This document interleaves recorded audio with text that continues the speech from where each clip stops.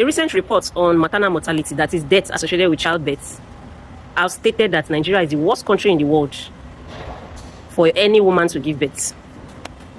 We used to be number 2.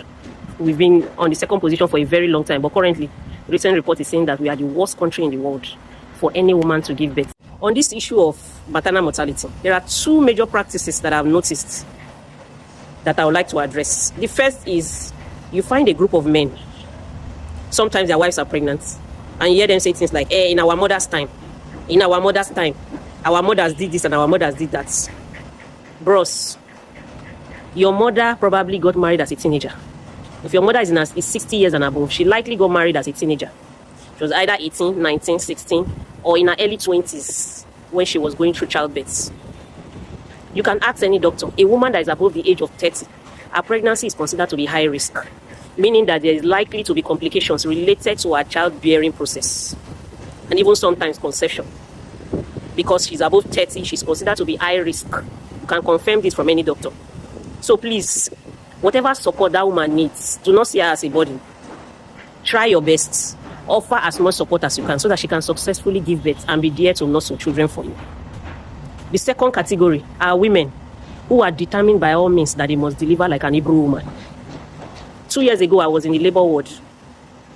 A woman was also there with us. All of us, we met her when we came. We have all delivered, and she was still in labor for several hours.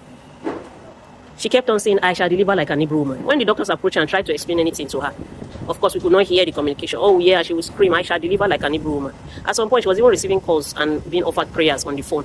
I didn't really think much of it. In my heart, I was just praying that, God, please have mercy and see this lady through. After a while, later in the evening, the matron came in. The matron approached her and told her, Madam, give me your Hebrew certificates. And we all started laughing. Some of the nurses behind her were giggling. Madam, I said, give me your Hebrew certificates. The woman was looking. You want to deliver like an Hebrew woman? Wait. After delivery, go to the Israeli embassy. Go and apply for Israeli citizenship so that you can be an Hebrew woman. For now, you are here. You are a Nigerian woman.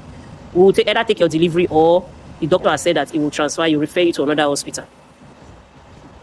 It then dawned on me that she was refusing cesarean section because she's determined to deliver like an Hebrew woman.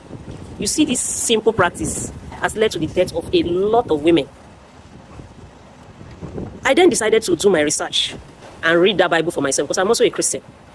It led me to Exodus chapter 1, 15 to 19. And to my surprise, what happened in that scripture was that a king, Pharaoh, saw that the Israelites were growing in their numbers. They were growing very large, and he was afraid that they will overtake them one day. He then instructed 2 midwives and told the 2 of them, please, if these Hebrew women want to give birth, watch what they are. If they have a male child, please kill the male child. After the king gave the instruction and left, the midwives, because they feared God in their hearts, they refused to carry out the king's instruction. The king now called the women after and said, I told you to kill all the male children of the Hebrew women. Why did you refuse to do it? And of course, you know, if you disobey the king, the punishment is death.